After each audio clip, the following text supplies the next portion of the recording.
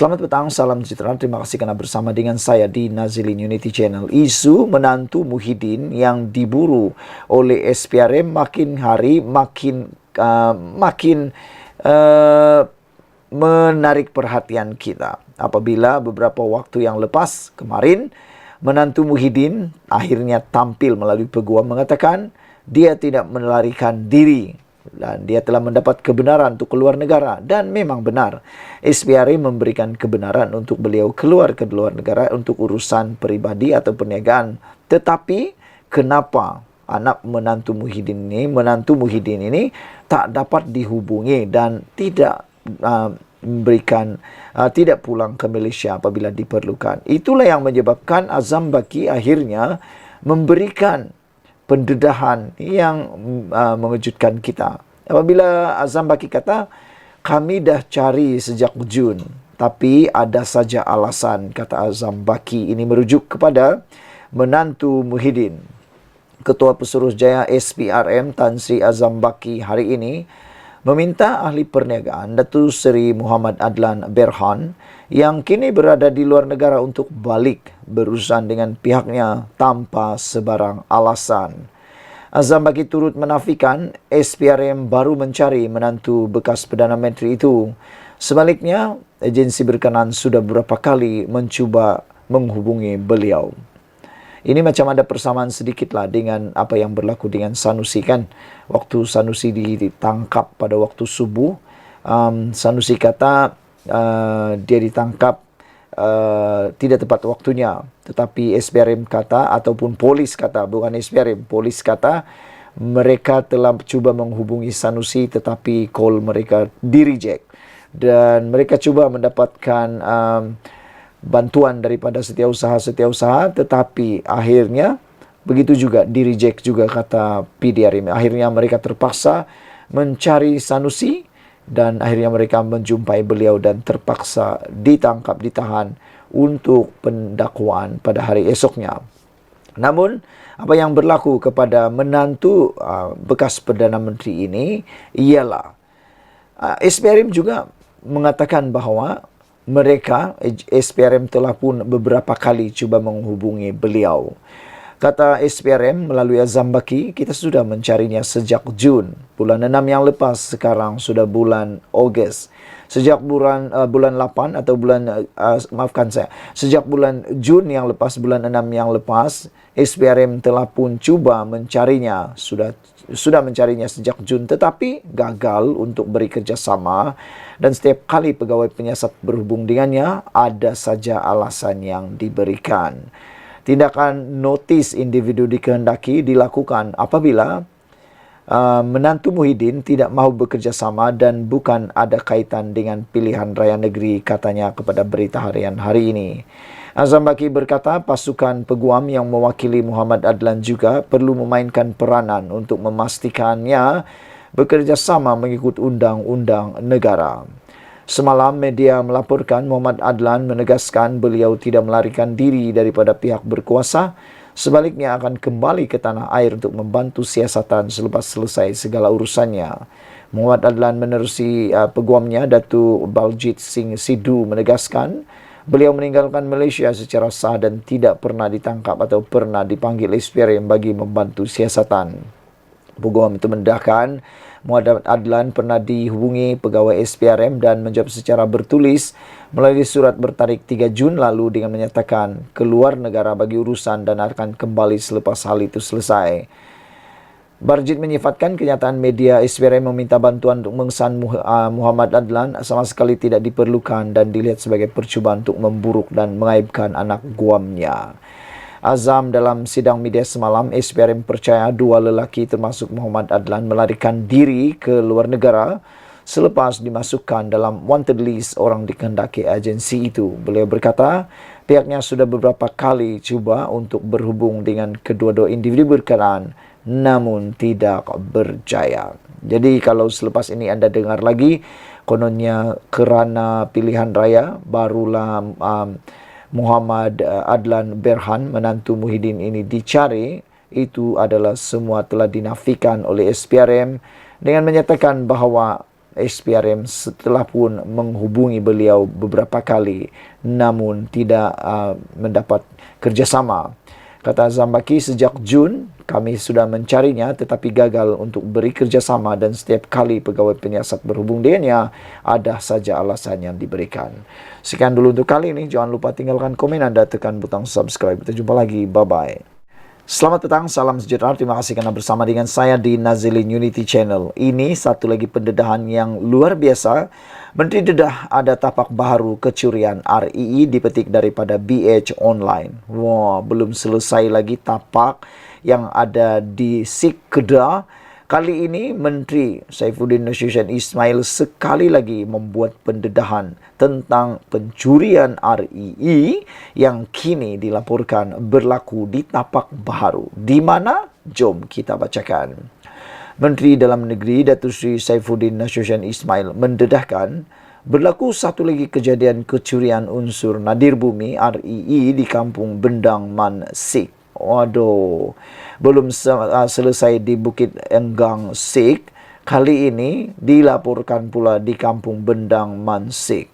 Siapa punya kerja, kita pun tak tahu. Semoga kerja-kerja orang yang melakukan perkara ini dapat diselesaikan dan dapat diberikan tindakan undang-undang.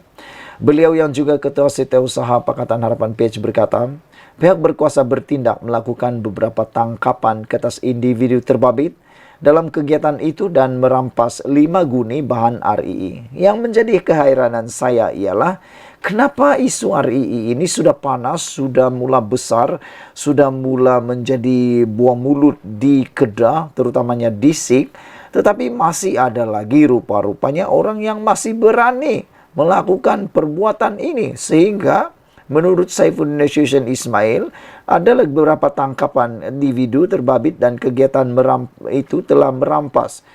Kerajaan telah merampas 5 guni bahan RII. Bayangkan, saudara-saudara sekalian, bukankah ini merugikan kita semua?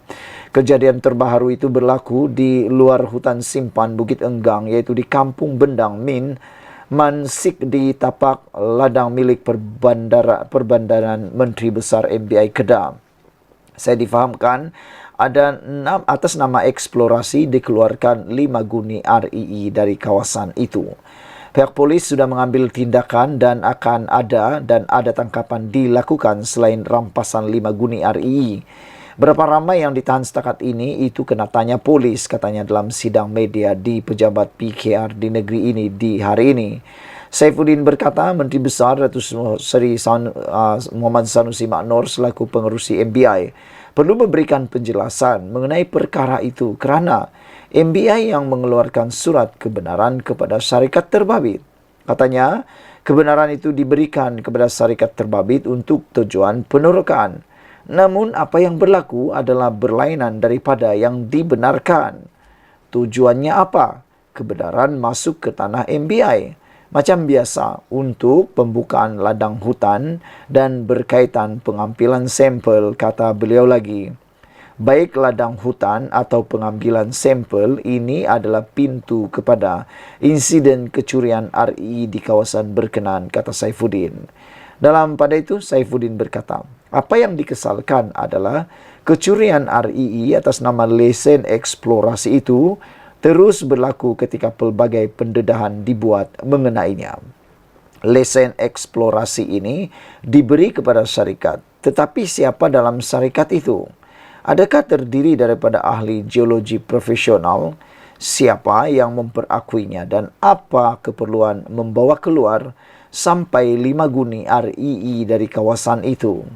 Berapa banyak sampel nak ambil dan berapa banyak lagi surat kebenaran akan dikeluarkan MBI Kedah untuk lesen pengambilan sampel? Muhammad Sanusi kena tanya perkara ini kepada CEO MBI, kata beliau lagi. Sekian dulu untuk pendedahan kali ini. Memang mengejutkan apabila Menteri Dedah sendiri ada tapak baru kecurian RII yang kini berlaku di Kampung Bendang Man Sik. Dan menurut Menteri ini yang mengecewakan kita, kata beliau, ialah apabila beliau kata Kenapa masih berlaku perkara ini? Kerana ianya telah pun dibongkar dan telah didedahkan. Kejadian ini menyebabkan mengecewakan Saifuddin kerana beliau mengatakan kebenaran diberikan kepada syarikat terbabit untuk tujuan penerokaan, namun apa yang berlaku adalah berlainan. Baik ladang hutan atau pengambilan sampel, ia adalah pintu kepada insiden kecurangan REE, kata beliau lagi. Pada itu Saifuddin berkata, yang dikesalkan ialah kecurian REE atas nama lesen eksplorasi itu terus berlaku ketika pelbagai pendedahan dibuat mengenainya. Sekian dulu untuk kali ini. Jangan lupa tinggalkan komen Anda, tekan butang subscribe. Kita jumpa lagi. Bye-bye. Selamat datang, salam sejahtera. Terima kasih karena bersama dengan saya di Nazilin Unity Channel. Ini sesuatu perkara yang paling menarik sekali untuk kita kongsikan pada petang ini.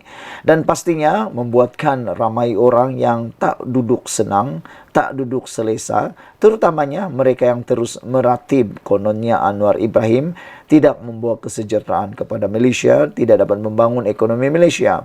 Rupa-rupanya berita demi berita yang paling mengejutkan kita makin hari makin memenangkan Anwar Ibrahim. Sekali lagi, Anwar Ibrahim menang, mengalahkan Muhyiddin, mengalahkan Mahathir Mohamad, mengalahkan Hadi dan mengalahkan seteru politiknya yang seringkali cuba mau menjatuhkan Anwar Ibrahim.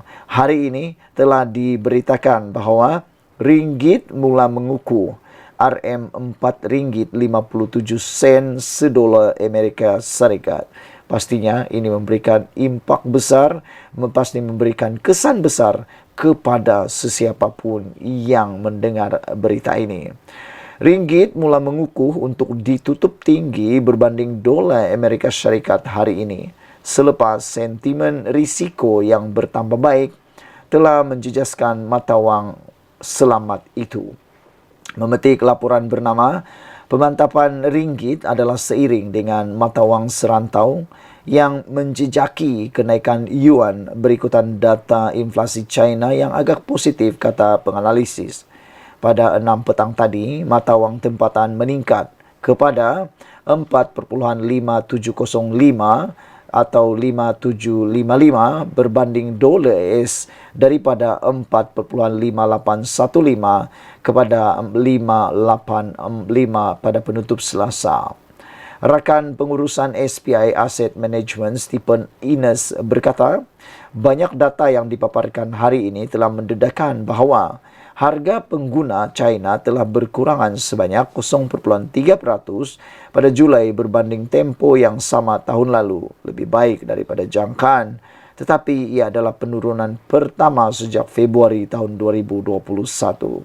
Beliau melihat peniaga menukar pendekatan urus niaga mereka daripada pemerdagangan berisiko semalam yang telah menyebabkan lonjakan permintaan terhadap dolar Amerika Syarikat sebagai mata wang selamat. Bagaimanapun, tindak balas pasaran terhadap data ekonomi China adalah minimum.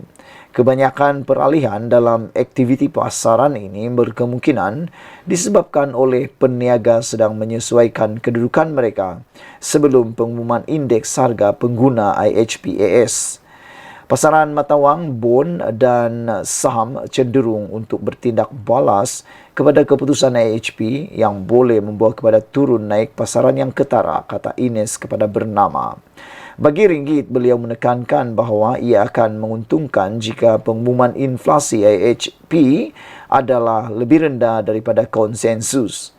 Ringgit juga mendapat sokongan daripada kenaikan harga minyak berikutan laporan bulanan pentadbiran maklumat tenaga Amerika Syarikat yang meramalkan peningkatan 1.9% dalam pertumbuhan keluaran dalam negara kasar KDNK Amerika Syarikat pada tahun 2023, lebih tinggi daripada tinjauan mereka sebelum ini, iaitu sebanyak 1.5%, kata Ines.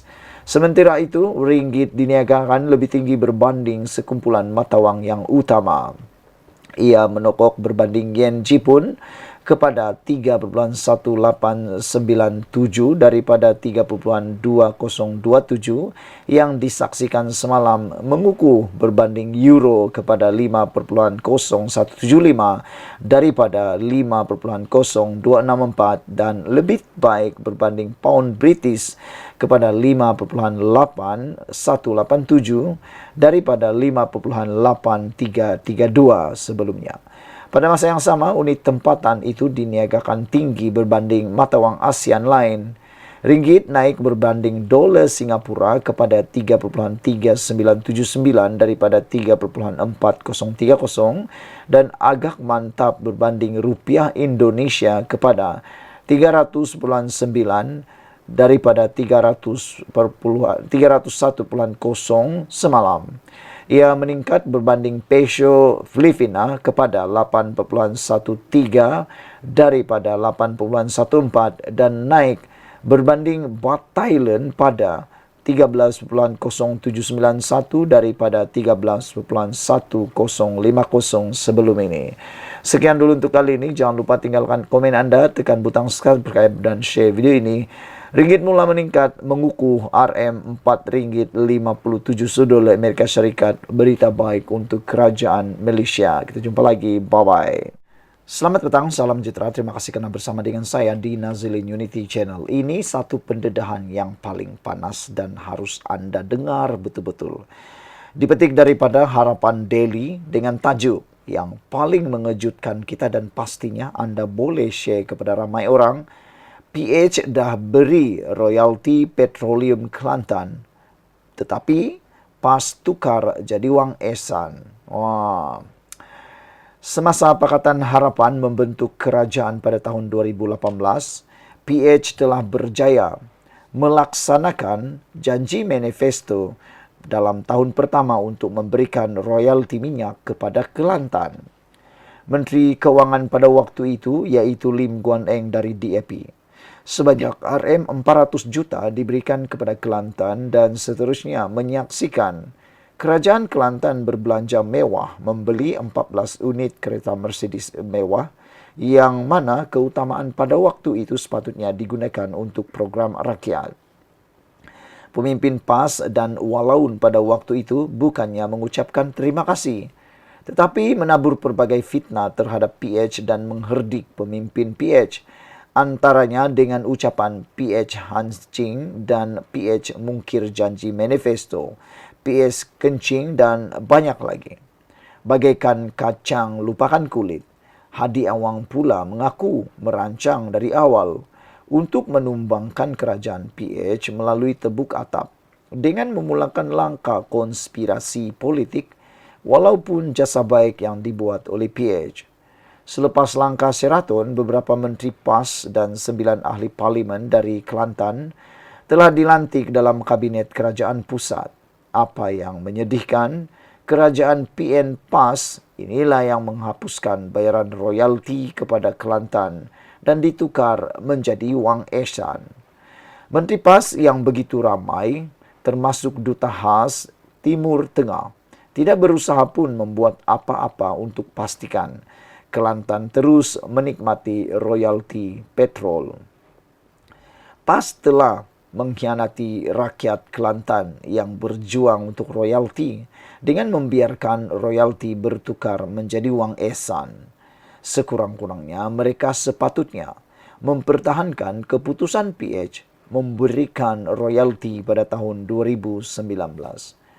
Pada PRU 15, tiada lagi janji royalti dimasukkan dalam manifesto PH setelah PAS sendiri bertindak menghapuskan hak royalti mereka. Perdana Menteri Datuk Seri Anwar Ibrahim dan kerajaan PH terdahulu telah pun melaksanakan tanggungjawabnya. Kerajaan kini pula hanya meneruskan apa yang terdahulu dibuat oleh pemimpin PAS dan PN. Tetapi kini, walau terus menyerang pemimpin atau pimpinan kerajaan perpaduan di atas kesilapan pemimpin PAS dalam tempoh 33 bulan itu. Mereka mengatakan kerajaan perpaduan ingin menghapuskan hak negeri orang Melayu. Walhal, Semasa Lim Guan Eng berjuang untuk membayar royalti Kelantan Rm 400 juta, tiada pun ucapan terima kasih selain fitnah dan adu domba. Wah, ini memang sesuatu pendedahan yang paling luar biasa yang kita peroleh pada malam ini. Apabila rahsia tentang perkara yang lama kita tak tahu, yaitu PH sebenarnya telah memberi royalti petroleum kepada Kelantan, tetapi PAS tukar jadi wang esan. Ini adalah sesuatu yang paling mengejutkan. Yang menyedihkan menurut laporan ini, selepas langkah Sheraton, beberapa menteri PAS dan 9 ahli parlimen dari Kelantan telah dilantik dalam Kabinet Kerajaan Pusat Perikatan Nasional. Apa yang menyedihkan, kerajaan PN PAS inilah yang menghapuskan bayaran royalti kepada Kelantan dan ditukar menjadi wang esan. Menteri PAS yang begitu ramai, termasuk Duta Khas Timur Tengah, tidak berusaha pun berbuat apa-apa untuk memastikan Kelantan terus menikmati royalti petrol. PAS telah mengkhianati rakyat Kelantan yang berjuang untuk royalti dengan membiarkan royalti ditukar menjadi wang esan. Sekurang-kurangnya mereka sepatutnya mempertahankan keputusan PH memberikan royalti pada tahun 2019. Pada PRU 15 tiada lagi janji royalti dimasukkan dalam manifesto PH setelah PAS sendiri bertindak menghapuskan hak royalti mereka. Sekian dulu untuk kali ini, ikuti terus ulasan selepas ini. Selamat petang, salam sejahtera. Terima kasih kerana bersama dengan saya di Nazilin Unity Channel. Anwar berkata, Putrajaya anak tirikan Kelantan, persoalan yang sangat besar. Apabila Anwar kata, Perdana Menteri peruntukan lebih tinggi berbanding zaman PN. Anwar Ibrahim cuba memberikan penerangan kepada semua orang, khususnya yang tak faham lagi, bahawa kerajaan yang ada sekarang ini tidak pernah menganaktirikan Kelantan.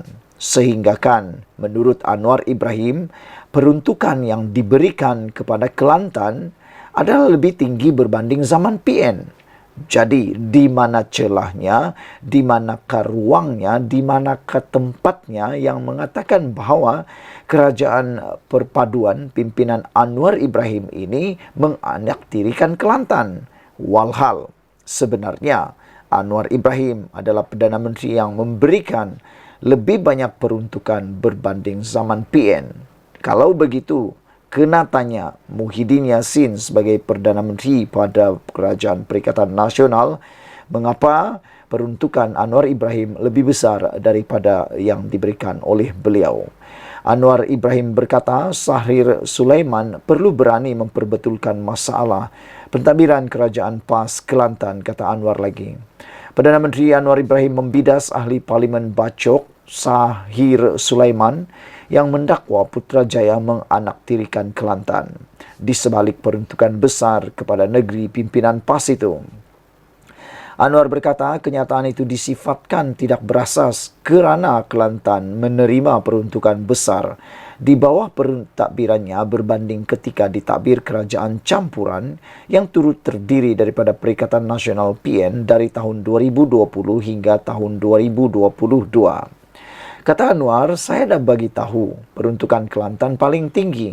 Kita bantu tempatan banjir dan bagi air, kata Anwar lagi. Semasa dalam kerajaan, PAS dan Bersatu sibuk soal lain. Peruntukan Kelantan lebih kurang daripada sekarang. Bagaimana dia kata anak tiri? Bagaimana dia kata kerajaan perpaduan menganaktirikan Kelantan, kata Anwar Ibrahim kepada pemberita selepas persidangan meja bulat Asia Pasifik. Anwar juga mengulas dakwaan Sahir dalam debat model ekonomi baharu Malaysia bersama Menteri Ekonomi Rafizi Ramli malam tadi bahawa Kelantan masih menjadi negeri termiskin kerana dianaktirikan Kerajaan Persekutuan. Mengulas lanjut, Anwar turut mengingatkan Sahir supaya lebih berani membetulkan masalah dalam pentadbiran di Kelantan yang ditakbir PAS. Kata Anwar, patut dia tanya bagaimana pengurusan Kelantan. Patutnya pemimpin muda lebih berani membetulkan masalah dalaman selain memberikan cadangan, kata Anwar lagi. Semalam sudah kita menonton debat antara Sahir Sulaiman dan juga Rafizi Ramli. Banyak netizen yang menembak ataupun cuba mempertikaikan kebolehan Sahir Sulaiman dalam debat tersebut. Walaupun tidak dapat dinafikan, ada juga netizen yang menembak Rafizi Ramli. Namun demikian, dapat dilihat kebanyakan komen daripada penganalisis politik, pemerhati politik dan juga penonton dalam debat tersebut mengatakan Sahir Sulaiman tidak bersedia sepenuhnya untuk berdebat. Kerana kebanyakan kata-kata dan fakta yang disampaikan oleh Sahir Sulaiman adalah kata-kata biasa dan mereka kata kurang cadangan untuk pembangunan ekonomi Malaysia.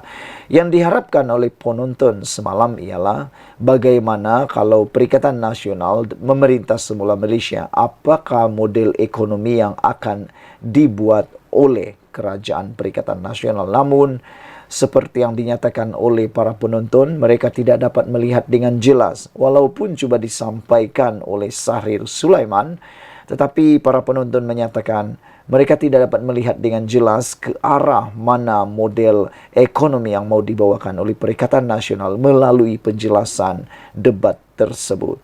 Dan seperti yang Anwar Ibrahim kata, Putrajaya dituduh anak tirikan Kelantan. Dari mana sudut yang boleh mengatakan perkara itu?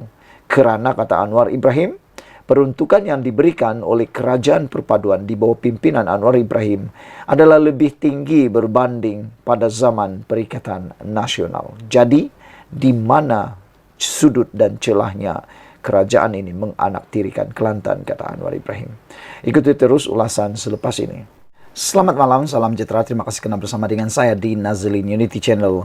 Pilihan raya PRN akan menjelang tiba tidak lama lagi. Pelbagai isu telah keluar. Tetapi yang menjadi kejutan besar di Kelantan ialah apabila PAS di Kelantan memberikan satu pengakuan yang memang mengejutkan.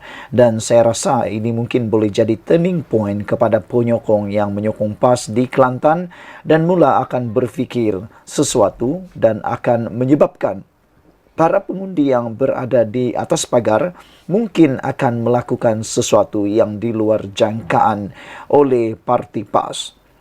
Ini kerana di dalam Harapan Daily, satu laporan menulis, PAS menganggap isu air di Kelantan bukan masalah besar untuk terus terajui Kelantan. Pada pendapat saya, dalam banyak-banyak perkara di dalam kehidupan seorang manusia, pada zaman moden ini ada 3 perkara yang amat penting. Yang pertama sekali ialah jalan raya. Yang kedua ialah tenaga elektrik ataupun api. Dan yang ketiga tentulah adalah air. Tetapi dalam banyak-banyak perkara tersebut, yang paling penting sekali pada pendapat saya ialah air. Ini kerana air, tanpa air kita tak boleh minum, tak boleh mandi, tak boleh membasuh dan paling penting sekali tak boleh memasak. Dan bagi yang beragama Islam memanglah sukar untuk menunaikan solat kerana sukar untuk mendapatkan air bersih. Oleh sebab itulah pendapat daripada kata-kata ini memang menarik perhatian dan bakal menjadi bahan yang boleh menjadi peluru untuk ditembak semula kepada parti PAS. Ini akibat daripada mereka menganggap isu air di Kelantan bukan masalah besar. Saya berpendapat isu air adalah isu yang paling besar sekali dalam kehidupan seorang manusia. Manakan tidak, ianya amat diperlukan dalam meneruskan kehidupan. Nak pergi ke tandas kalau tanpa air, nak guna apa? Kalau tiada api, tiada elektrik, kita boleh fikir lagi nak guna solar atau sebagainya. Air bagaimana? Bukankah itu sesuatu perkara yang amat serius? Bagaimana pendapat anda? Pada pendapat anda, adakah bekalan air itu, masalah air itu bukan sesuatu masalah yang besar? Saudara-saudara sekalian, selepas 33 tahun mentadbir Kelantan, PAS dengan selamba menganggap isu bekalan air terawat di Kelantan bukan masalah besar di negeri itu. Timbalan Menteri Besar Kelantan, Datuk Muhammad Amar Nik Abdullah berkata, isu air dihadapi rakyat negeri itu, terutama di kawasan kampung, bukannya satu masalah besar untuk PAS terus menerajui kerajaan. Menurutnya, penduduk di kampung mempunyai pilihan apabila boleh membina air telaga tiub atau perigi. Katanya, penduduk kampung faham dengan masalah air itu apabila mereka mencari jalan penyelesaian sendiri, kata beliau lagi. Kita juga menjelaskan dengan cara yang baik apa masalahnya. Macam isu air kita cerita pada masyarakat.